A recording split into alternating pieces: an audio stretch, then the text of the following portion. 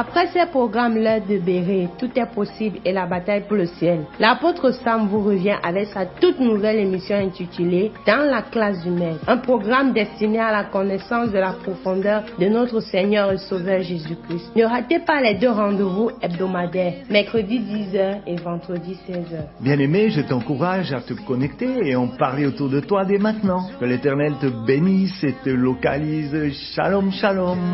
L'orage, il est là, quand je suis au bord du... Bénisse, bienvenue dans l'émission La classe du maître, où nous sommes assis pour recevoir la connaissance, recevoir les enseignements de la part de notre maître, M majuscule, qui est Jésus-Christ. J'aimerais commencer de nouveau par une histoire qui s'appelle le vase de parfum. Peut-être que tu connais le vase de parfum dans la parole de Dieu, et c'est exactement cette histoire que nous allons parcourir ce matin. Et l'enseignement de ce jour va nous parler de la compassion, de la passion de Dieu. Alléluia. Et nous allons déjà voir la passion d'une femme appelée Marie. Et le titre est le vase de parfum. Quand Jésus était sur la terre, et qu'il allait de lieu en lieu, il faisait du bien, il était attristé de voir que la foule qui l'entourait était abattue et semblable à un troupeau qui n'aurait pas de berger. Très souvent, on lit dans la parole de Dieu qu'il fut ému de compassion. Mais parmi tous ces gens au cœur dur et sec, il y avait une femme qui aimait Jésus. Elle se nommait Marie. Jésus avait pardonné ses péchés et depuis ce moment-là, elle ne vivait plus que pour lui et par son bon exemple, elle faisait connaître le Sauveur. Un jour que Jésus se trouvait à Béthanie, dans la maison d'un homme qu'il avait invité à dîner, elle se mêla aux convives. Elle se glissa tout près de Jésus, se baissa et sortant un vase rempli d'un parfum très rare qu'elle cachait avec soin, elle en répandit le contenu sur la tête et sur les pieds de Jésus. Puis, à genoux, elle arrosa les pieds du Sauveur de ses larmes et les essuya avec ses longs cheveux. Personne ne l'avait vu entrer et personne n'avait remarqué son geste, mais soudain le doux parfum monta et remplit toute la pièce. Alors tous les regards se tournèrent vers Jésus et l'on découvrit la coupable, entre guillemets évidemment, que l'on réprimanda pour ce gaspillage inutile. Pauvre Marie, comme son cœur devait être serré, était si mal d'avoir offert à celui qu'elle aimait le plus ce qu'elle avait de plus précieux au monde. Elle n'osait même pas regarder Jésus, craignant que lui aussi ne soit de l'avis de ses disciples. Mais Jésus, se tournant vers ceux qui avaient parlé, leur dit : « Pourquoi lui faites-vous de la peine ? Elle a fait une bonne action à mon égard, elle a fait ce qu'elle a pu. » Ainsi, Marie sut que Jésus acceptait ce doux parfum comme l'expression de l'amour et de la reconnaissance qu'elle éprouvait pour lui. Marie a prouvé son amour pour Jésus en sacrifiant un parfum de grand prix pour oindre son maître. Il y a une grande différence, bien-aimés, entre le temps où Jésus et Marie vivaient et notre temps. Les gens qui entouraient Jésus pouvaient lui témoigner leur amour et l'invitant à dîner, en lui lavant les pieds, en oignant son corps. Aujourd'hui, nous ne pouvons pas inviter Jésus à déjeuner, mais nous avons d'autres moyens de lui prouver que nous l'aimons. Il nous dit que lorsque nous donnons à manger à ceux qui sont dans le besoin, lorsque nous revêtons ceux qui ont froid, lorsque nous visitons les malades, les prisonniers, lorsque nous donnons un verre d'eau au plus petit d'entre ses enfants, c'est comme si lui avait reçu toutes ses attentions. De chaque être humain se dégage une sorte d'odeur. L'odeur de l'orgueil, l'odeur d'égoïsme, l'odeur de la malveillance, de l'impureté, ou au contraire un parfum d'amour, de douceur, de bonté, de pureté, de compassion. Parfums, tous ces parfums-là sont doux et agréables à Dieu et aux hommes.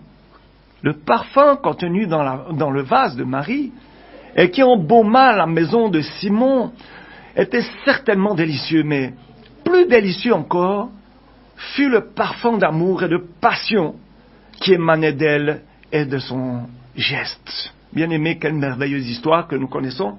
C'était un rappel ce matin dans la classe du maître pour engager l'enseignement de ce matin. Et le titre est « Passion ou compassion ?» passion ou compassion? Mon ami, peu de chrétiens sont des gens passionnés pour Dieu.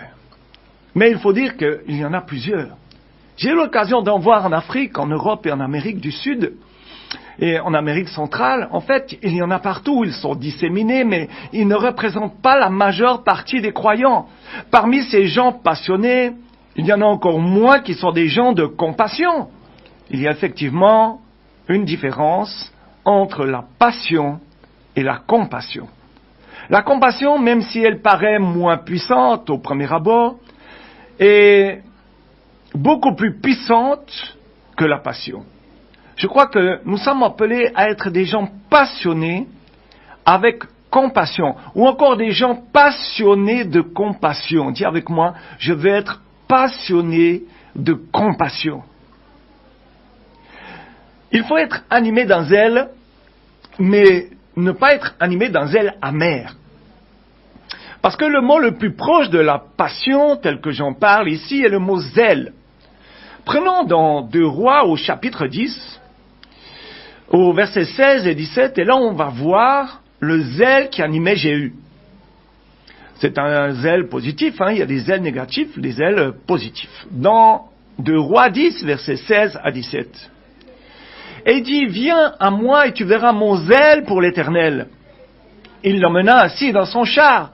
Lorsque Jéhu fut arrivé à Samarie, il frappa tous ceux qui restaient d'Akab à Samarie, et il les détruisit entièrement, selon la parole que l'Éternel avait dite à Élie. Bien-aimé, Jéhu était un homme vraiment zélé pour Dieu. On comprend ici qu'il existe une différence entre la passion et la compassion. Et Dieu appréciait ce type de zèle. En fait, le contraire du zèle, c'est la tiédeur. Le chrétien tiède n'est à aucun moment passionné pour Dieu. On peut l'asseoir dans un repas entouré d'un converti, de gens du monde, et on ne voit même pas de différence entre lui et ceux qui ne connaissent pas Dieu. Le chrétien tiède parle peu de sa relation avec Jésus-Christ, pour ne pas dire pas du tout. Il pourra parler de Dieu, mais pas de sa relation intime avec Jésus, s'il en a une. Le chrétien tiède va à l'église, même avec sa Bible, mais il n'est pas passionné. Mon ami Paul était un homme extrêmement passionné, même après sa conversion. Cependant, dans son zèle d'un converti, il faisait tuer les chrétiens. Il avait beaucoup de zèle pour tuer les chrétiens. Il dira de lui-même que dans son zèle, il persécutait les chrétiens. Galates 1, verset 14. Lis avec moi Galates 1, verset 14, il est dit « Et comment j'étais plus avancé dans le judaïsme que beaucoup de ceux de mon âge et de ma nation, étant animés d'un zèle excessif pour les traditions de mes pères. » Dans l'Ancien Testament, plusieurs avaient du zèle pour Dieu. Élie dira de son zèle à Dieu « J'ai déployé mon zèle pour l'Éternel. » Jean 2, verset 17. Ses disciples se souvinrent qu'il est écrit « Le zèle de ta maison me dévore. » Bien-aimé, notre zèle aujourd'hui ne peut pas être le même que celui d'Ézéchiel. Il ne doit pas être amer. Souviens-toi encore du verset de base pour le message. Ézéchiel 3, verset 14. « L'Esprit m'enleva et m'emporta. J'allais irrité et furieux, et la main de l'Éternel agissait sur moi avec puissance. » Mon ami, on apprend ce matin que certains chrétiens ont développé ce type de zèle, mais surtout à cause d'une mauvaise interprétation de notre alliance, ou plutôt d'un cruel manque de connaissance et d'amour de la nouvelle alliance. Aujourd'hui, nous ne sommes pas appelés à être irrités, à être furieux ou furieuses, mais à être zélés dans l'amour, à être animés d'un zèle amoureux. Je vais faire rougir quelques Camerounais ici. Là. Le Nouveau Testament nous encourage, bien-aimés, à avoir du zèle. Il est aussi dit de Dieu qu'il est animé de zèle. Or, 1 Jean 2, verset 6 dit quoi? Si j'affirme que Jésus-Christ vit dans mon cœur, je dois marcher comme Jésus-Christ a marché. Jésus-Christ était zélé, je dois être zélé. Jésus était passionné par le royaume de Dieu. Les disciples suivaient sa passion de près, de très près, car les gens passionnés ont le don pour attirer notre curiosité, notre soif. Jésus pouvait passer la nuit entière en prière parce qu'il était passionné. Il pouvait se lever tôt et traverser un lac pour un homme juste par passion. Il est dit de Jésus, reprenant le psaume 69, verset 9, ou tout dépend de la traduction, ça peut être le verset 10, dans Jean 2, 17, il est dit, ses disciples se souvinrent qu'il est écrit, « Le zèle de ta maison me dévore ». C'est bien là la différence avec Jésus. Oui, Jésus était passionné, mais ce n'est pas sa passion seule qui l'a mené à accepter et à endurer la croix. C'était sa compassion. Dans compassion, il y a évidemment passion, mais comme, ici, en latin con, veut dire à l'intérieur, il y avait une passion profonde. Amen. Dans Matthieu 9, verset 36, lis avec moi Matthieu 9, verset 36, ouvre la parole de Dieu. Voyant la foule, il fut ému de compassion pour elle. Ému de compassion pour elle. Parce qu'elle était languissante et abattue. Comme des brebis qui n'ont point de berger. Quelle grande puissance dans cette parole, mon ami. Jésus pouvait, en regardant la foule, être enveloppé, entouré, j'allais dire oppressé, non mais compressé par cette compassion. Il avait une puissance en lui, c'est la compassion divine qui l'a mené à se donner entièrement. Et il se donnait entièrement à faire quoi? On le voit, guérir les foules, enseigner jusqu'au petit matin s'il le fallait, ressusciter les morts, guérir les lépreux. On trouve aujourd'hui de plus en plus de chrétiens passionnés pour faire des affaires pour le royaume de Dieu. Et ça, c'est une bonne chose. Nous sommes appelés à être des gens passionnés. Les gens qui ne sont pas passionnés se font souvent écraser par les autres. C'est souvent malheureux, c'est de voir des incroyants passionnés dans leur passion charnelle écraser les chrétiens non passionnés. Il nous faut, il te faut, il me faut une vision pour avoir de la passion. Sans vision, pas de passion. Je répète pour que ça s'imprime sur les tables de nos cœurs. Sans vision, pas de passion. Si tu veux être passionné, tu dois développer ou épouser une vision, mais pas sans compassion. Romains 12, verset 11. Prends avec moi Romains 12, verset 11. Ayez du zèle. Je vais aller lentement pour qu'on comprenne pour pratiquer. Ayez du zèle et non de la paresse.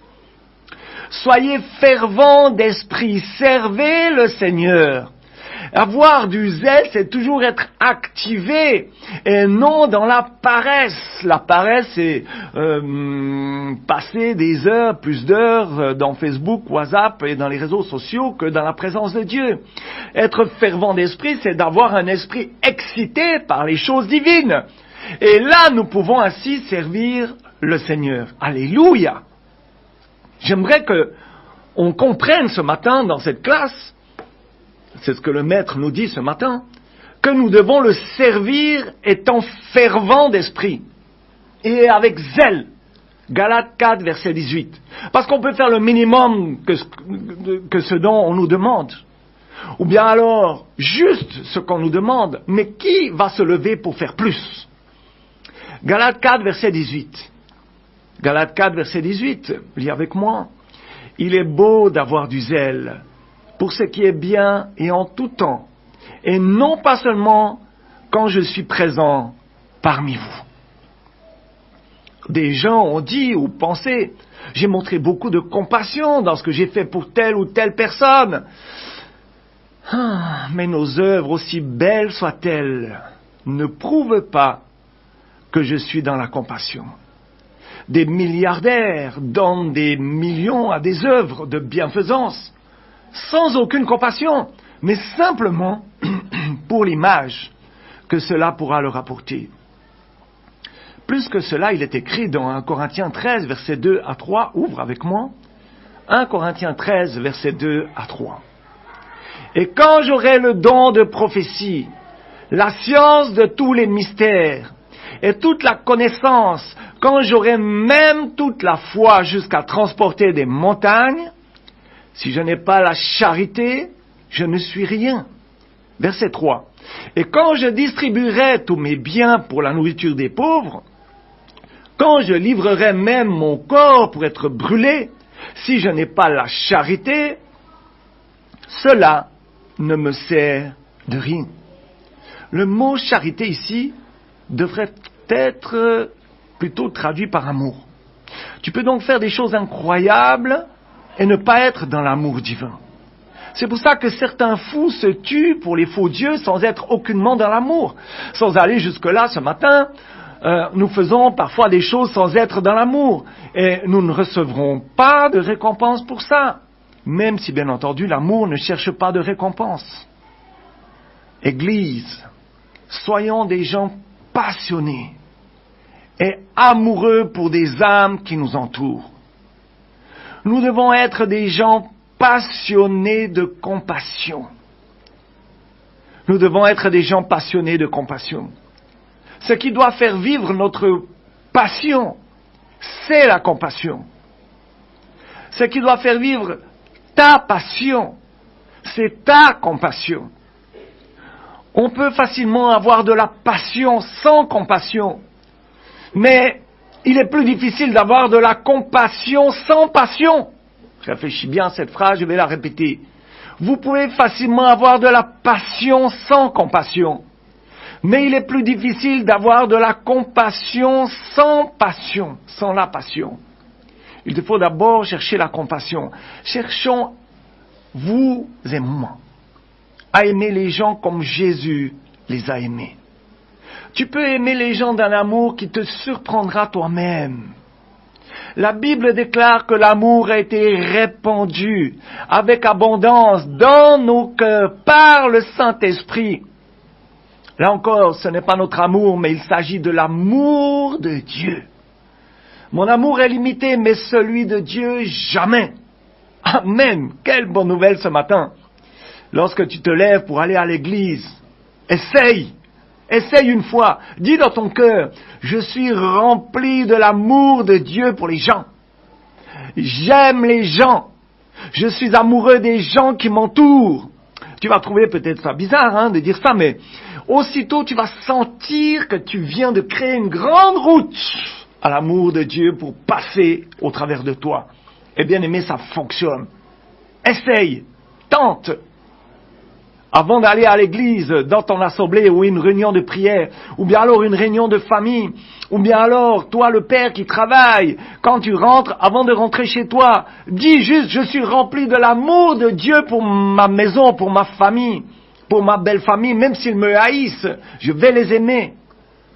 Je suis rempli de l'amour de Dieu pour mes voisins. Je suis rempli de l'amour de Dieu pour ma nation, pour le continent. J'aime les gens. Dis-le toi dans ton esprit, tu vas voir quelque chose qui va brûler, bouillir en toi. Je suis amoureux des gens qui m'entourent. Là où tu travailles, là où tu marches. Mais tu vas sentir que tu viens de créer cette grande route à l'amour de Dieu. Par amour, bien-aimé. Et force-toi, avant d'aller quelque part, de te dire dans ta tête, je le répète encore une dernière fois, je suis rempli de l'amour de Dieu pour les gens. J'aime les gens. Je suis amoureux des gens qui m'entourent. Toi qui es dans ta boutique, je pense à notre cordonnier là qui est en route et qui écoute certainement ma voix, je le bénis. Amen. S'il se dit tout d'un coup, chaque personne qui s'arrête, Seigneur, je vais les aimer. Ça va booster et t'encourager à démontrer l'amour de Dieu en toi. Tu peux le faire du dimanche au samedi sans interruption. Pour les non-croyants comme pour les chrétiens, pas de distinction. Aimer les gens avec passion. Voilà ce qui nous amène dans les hauteurs avec Dieu. Voilà ce qui réjouira le cœur de notre Seigneur Tout-Puissant qui nous aime. Jésus-Christ est merveilleux. Passion, compassion. Alléluia, alléluia. Oh, ce matin, nous devons être des gens passionnés de compassion. Nous avons appris que nous devons vivre notre passion. Et ce qui fait vivre notre passion, c'est la compassion. Je dois avoir une passion profonde. Je peux facilement avoir de la passion sans compassion, mais il est plus difficile d'avoir de la compassion sans passion. Alléluia. Donc, bien-aimés, l'appel est grave et important et explosif ce matin. Il nous faut vivre notre passion avec la compassion. La compassion de Jésus-Christ est pour le salut des âmes. Et justement, toi qui écoutes la parole ce matin, tu te dis qu'il y a quelque chose de merveilleux. Comme Jésus-Christ est merveilleux, sa parole, comme il est la parole, est merveilleuse. J'aimerais m'assurer ce matin que tu comprends ce qu'est le salut, parce que c'est le temps du salut. Maintenant, pas demain, maintenant, là où tu es, dans ton champ, dans ta voiture, en route, dans ta maison, dans ta concession, quoi que tu sois en train de faire, vaisselle, laver les vêtements, tu peux écouter la voix du Seigneur à travers ma bouche. Et ce matin, il aimerait s'assurer que tu comprennes ce qu'est le salut. 1 Jean 5, verset 13 nous dit: « Je vous ai écrit cela à vous qui croyez au nom du Fils de Dieu, afin que vous sachiez que vous avez la vie éternelle. » Dieu, ce matin, veut que tu comprennes le salut. Il veut que tu comprennes le salut. Dieu veut que tu en aies l'assurance. Nous allons examiner brièvement les points clés du salut. Le premier point clé, nous avons tous péché. Nous avons tous fait des choses désagréables à Dieu. Deuxième point, à cause de mes péchés, je mérite d'être puni, séparé éternellement de Dieu. Troisième point, Jésus est mort sur la croix pour payer le prix de mes péchés. Jésus est mort à ma place. Il a pris sur lui la punition que je mérite. Et la résurrection de Jésus prouve que sa mort était suffisante pour payer la rançon de nos péchés. Dieu accorde, pour le dernier point, le pardon et le salut à toutes celles et ceux qui mettent leur foi en Jésus-Christ et qui croient que sa mort était le prix à payer pour leurs péchés. Voici le message du salut. Si tu as reconnu Jésus-Christ comme ton Seigneur et Sauveur, tu es sauvé. Alors tous tes péchés sont pardonnés et Dieu te promet de ne plus jamais te laisser ni t'abandonner. Si toi-même tu as été abandonné par ta famille, ton père ou ta mère, ou par ta femme ou ton mari, Dieu promet ce matin de ne jamais te laisser ni t'abandonner. Souviens-toi que pour ton salut, que ton salut est assuré en Jésus-Christ. Si tu te confies en Jésus comme ton seul sauveur aujourd'hui, tu peux être assuré que tu passeras l'éternité avec Dieu au ciel. Il dit qu'il a préparé une maison pour toi et moi là-haut. Veux-tu faire la prière du salut avec moi ce matin? Dieu dit dans Romains 10, verset 9, « Si tu confesses de ta bouche, et c'est ce que nous allons faire maintenant, si tu confesses de ta bouche le Seigneur Jésus, et si tu crois dans ton cœur que Dieu l'a ressuscité des morts, tu seras sauvé. » Le salut de ton âme est conditionnel. Accéder au ciel est conditionnel. Avoir accès aux bénédictions de Dieu est conditionnel. Si tu ne veux pas aller en enfer, lieu de tourment et de souffrance éternelle, tu dois accepter Jésus-Christ comme Sauveur et Seigneur de tout ton cœur et avec foi. Est-ce que tu le veux, mon frère, ma sœur? Alors répète avec moi cette prière. Père céleste, je viens à toi au nom de Jésus-Christ, ton Fils unique. Répète avec moi, non? Ton Fils unique que tu as donné au monde et qui est mort à la croix pour moi.